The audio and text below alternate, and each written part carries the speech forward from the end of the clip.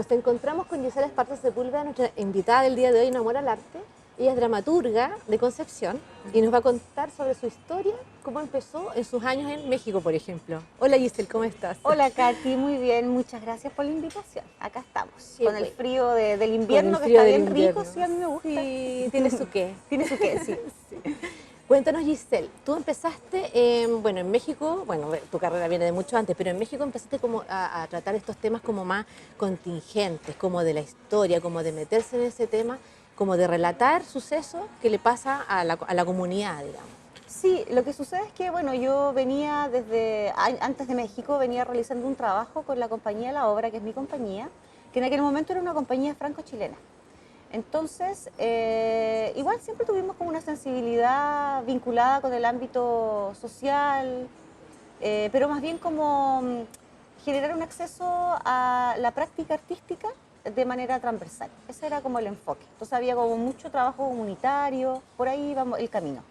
Y yo tenía un poquito abandonado el tema más artístico, como de búsqueda artística, producto de que cuando uno trabaja con personas que nunca han hecho teatro, en este caso, igual uno siempre como que estás partiendo. Claro. Entonces es difícil como irse a lugares un poquito más loquillos. Entonces, en algún momento tomé la decisión de abrirme un poco más y emprender rumbo ya de una manera un poco más solitaria, pero siempre vinculada a la compañía de la obra, y el horizonte fue México.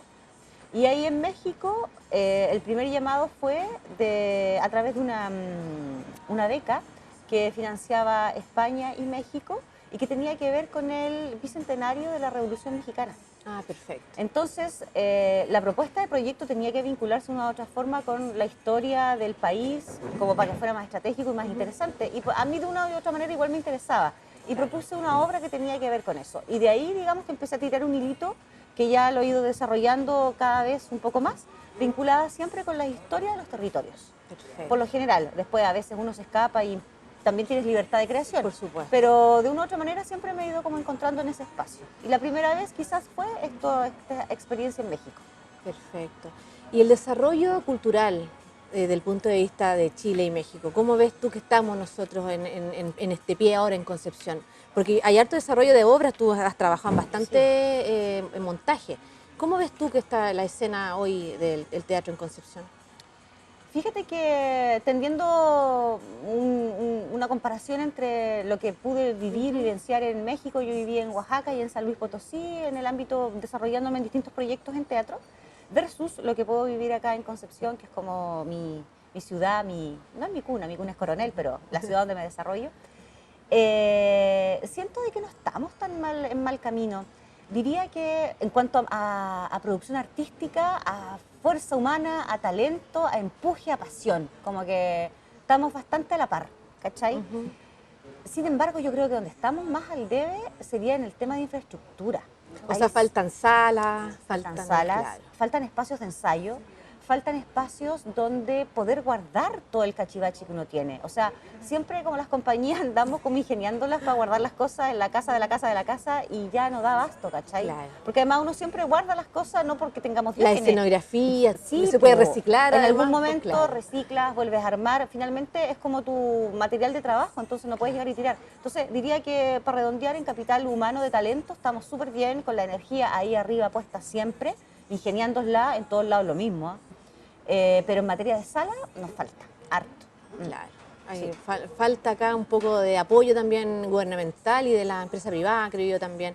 La empresa privada, sí. De poner. Y sabemos que existe este tema de la ley de donaciones culturales, Exacto. que de una otra forma nos permitiría, pero también creo que a nosotros como gremio nos falta también personas que quieran trabajar con nosotros y que se manejen en ese sistema administrativo, porque yo en algún momento coqueteé con esa idea de poder postular a través de esa ley, pero es como que tienes que ir a conquistar al contadora. Exacto. Y francamente es como un ámbito que yo me puedo tratar de investigar, pero no me voy a manejar nunca a cabalidad. No. Entonces como que se necesita alguien que nos pueda agarrar y como también impulsar y que seamos partners. Exacto. La gestión cultural, bien llamada gestión cultural. Eso, exactamente. Claro, porque el arte va de la mano con la producción. Necesitamos Exacto. eso y uno se aplica con la gestión y siempre terminamos haciendo gestión para nuestras compañías, pero no es lo mismo, pues, ¿cachai? Exacto.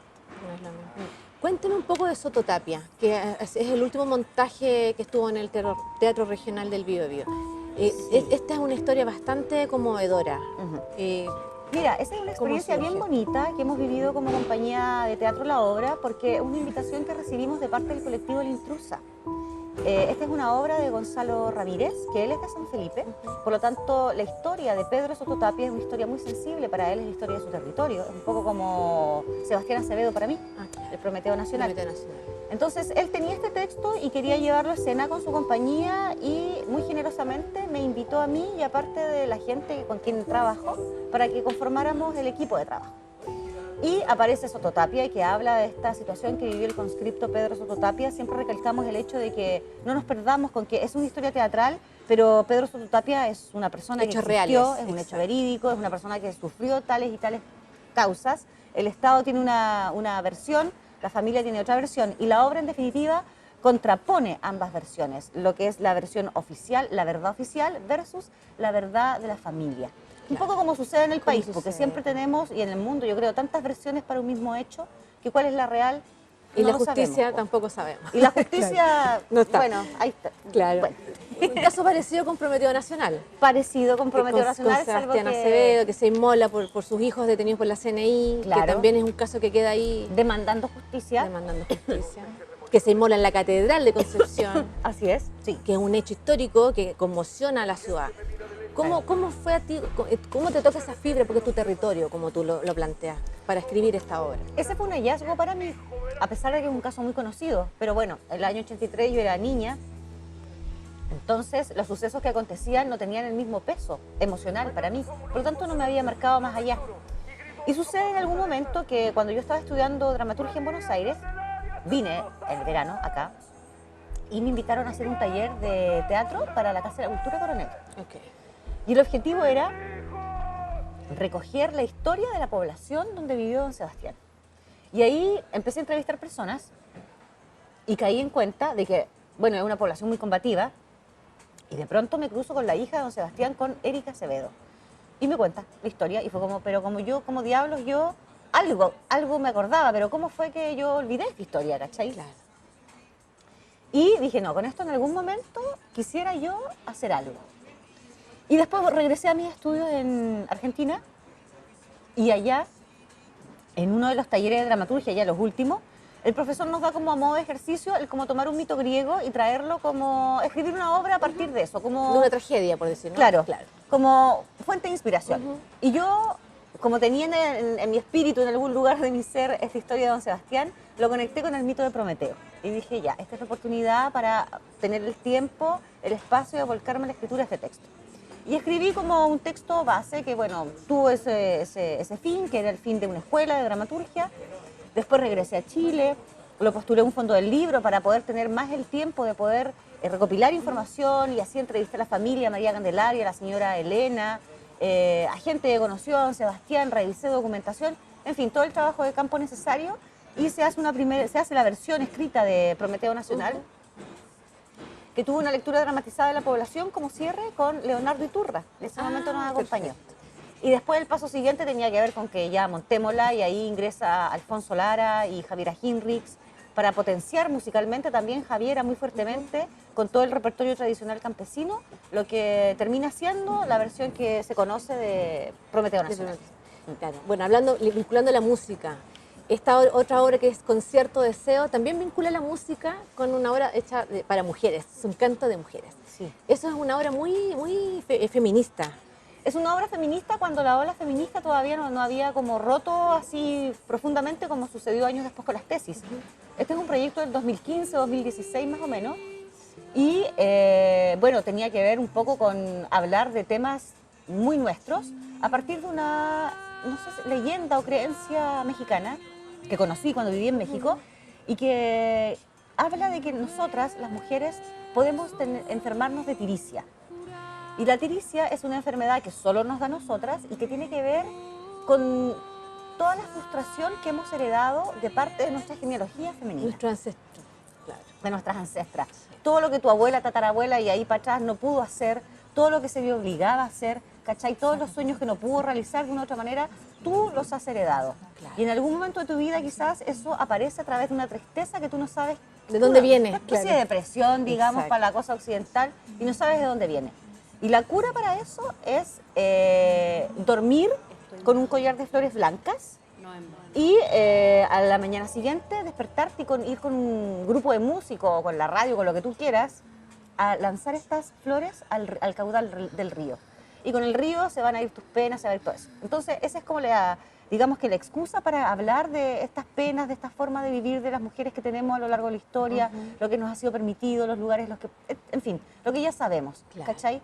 Y eso fue como alrededor del año 2016, más o menos, que hicimos esta obra con Francisca Díaz y con Javiera, que también estaba al piano. Buenas tardes, Claro. bienvenidas. Sí, hola. ¿Te ofrece el cafecito? Tenemos variedad de cafecitos, cortado, americano, latte, cappuccino. ¿Tienes Cappuccino. algo en roibos? No, nada, no. ¿Té? Tecito, sí. Tengo variedad de tecitos. Tengo chai, té verde, té normal. Un chai, ¿Un por chai? favor. Yo voy a hacer un chai. ¿Dos chai? ¿Algo más? Nada más, Vale. gracias. Es interesante tu propuesta, porque además tú eres una escritora que se destaca por esto de tus relatos históricos. O sea, tú te basas mucho en las vivencias, las experiencias, la parte Sí, me del gusta territorio, eso. la experiencia. Lo otro que te quería plantear como de lo que estás trabajando ahora de esta obra de las chicas medias punky, que es la obra Vulvas Cebosas. Se llama Es Cebosas, Vulvas en Punk. Vulvas en Punk. Por ahí va. Por ahí va. Pero es bien interesante la propuesta, Sí. que vimos ahora un proceso de obra, que fuimos al ensayo. Cuéntanos un poco dónde surge esto.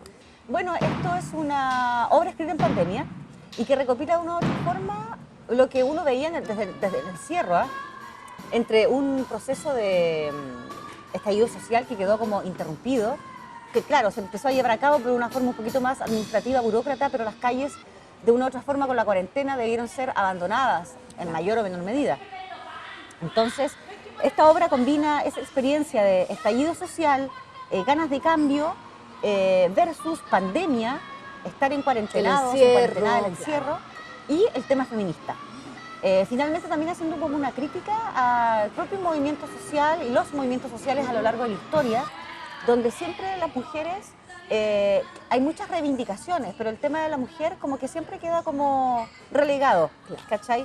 Entonces, las chicas que son las protagonistas de la obra, los personajes, de una u otra manera en su discurso como que nos abren a esto, como que la revolución en la casa, en la cocina y en la cama y también en la calle. Desde pero la familia, ahí, claro, claro. como apelando a que nos revolucionemos afuera, pero también adentro. O sea, todas las personas que salimos a manifestarnos en aquel momento, Sí. ¿cómo estamos nosotras también propiciando el cambio en el interior de nuestra casa? ¿Cómo estamos modificando nuestras formas de vivir, Las de conductas, colaborar incluso, colaboración, ¿cachai? claro. Y eso, por lo menos en el ámbito del patriarcado, es como muy fuerte también. Cuando protestamos contra el neoliberalismo, ¿qué es el neoliberalismo si no es más que otra forma del patriarcado? ¿Cachai? Entonces como que la obra empuja un poco las fronteras hacia allá, como sí, es el neoliberalismo, pero también es el patriarcado. Y eso se vincula con nosotras también. Exacto. Y bueno, y con ustedes hombres también, pero La por supuesto, integración del masculino y femenino también, que no Claro. están excluidos, sino que es... y que todos esos hombres que estaban protestando ahí afuera, bueno, que empiecen a cambiar las cosas desde adentro, que se hagan cargo de sus vidas y comiencen a ser hombres y no hombres hijos. Exacto. ¿Cachai? Para sus parejas, para sus hermanas, que muchas veces sucede eso, que los hombres terminan siendo como una constante del hijo. Y el hijo eterno, claro, que eso se ve mucho. Pero que afortunadamente está cambiando. Yo lo veo Sí, en los pares, gracias. en los compañeros pares con los cuales estamos trabajando ahora, y es una masculinidad muy diferente. Y Claro. de verdad me resulta admirable, querible y contenedora también, y eso lo encuentro que es súper bonito. Yo tengo ya más de 40 años y veo la diferencia entre gente más joven con la cual ahora el teatro me regala la oportunidad de trabajar, hombres en lo específico, y los veo mucho más abiertos, mucho más sensibles, y me alegra mucho eso. Siento Sí. una diferencia. Como un aire fresco. Sí, como que da esperanza. Da ¿cachai? esperanza, Encuentro sí. que es muy bonito y ojalá que lo mantengan y lo enseñen si es que tienen hijos. Exacto, Varones, que se sobre todo. replique, que se replique esta conciencia. Hay una toma de conciencia. Sí, siento creo que está yo. pasando en los hombres. No, bueno, quizá uno nunca puede generalizar, pero lo veo por lo menos en muchos con En los tus cuales pares. ahora estoy Claro. trabajando. Sí. Sí, bueno, y en ese mismo tema de lo que es el concierto de SEO, que aparece en el libro Dramáticas del Sur, Sí. que fue el trabajo que se hizo una antología con 8 dramaturgas de mujeres que tratan obras escritas por ella. Claro. ¿Qué te pareció ese trabajo con Ángela Neira como editora? Pucha, precioso. O sea, súper consecuente además, porque la Ángela siempre ha estado ahí poniéndole el hombro y empujando para adelante esta situación, abriendo un espacio verdaderamente para las mujeres que escribimos, que hemos estado a lo largo de la historia como ahí en el rinconcito, ¿cachai? Y pasado por múltiples, o sea, nuestros trabajos en la historia nunca fueron muy considerados porque eran de mujeres que... Quedan ahí guardadas como, Sí, no, ella po. mujer No piensa importa. casi. No piensa, Sí. claro. Y Ángela, bueno, eso ha ido cambiando a lo largo de la historia gracias a personas como Ángela que han tenido esa fuerza de propiciar ese cambio y abrir un espacio. Entonces, este es un trabajo más consecuente con su editorial de Puño y Letra y de la cual estoy muy contenta de poder ser parte también. Sí. Así que no, es un trabajo súper Un bueno. gran trabajo ahí que se hizo. Además, el libro que lograron crear es más que un libro, porque es una pieza que te permite a ti también como un viaje particular como lectora, como lector. Acercarte a la dramaturgia. Sí, y tienen unos dispositivos pequeñitos, unos códigos Tienen QR, unos códigos con unos los juegos. audios, con los audios, de los relatos de las mismas autoras, de Sí. su proceso como dramaturga. Es bien interesante ese trabajo. Claro, Encuentro entonces que también le da como un aire fresco también al tema de lo que es el objeto libro. el objeto libre. ¿Cachai? Más allá de todo el rollo feminista que uno puede pensar, etcétera. Está Además de eso, malentendido además porque todo se tilda como de feminazi y no va por ese camino. No, Creo que po, también pero- hay que desmitificar un poco ese... creo que eso tiene que ver también nuevamente con la visión que tiene el patriarcado respecto a que es blanco o negro,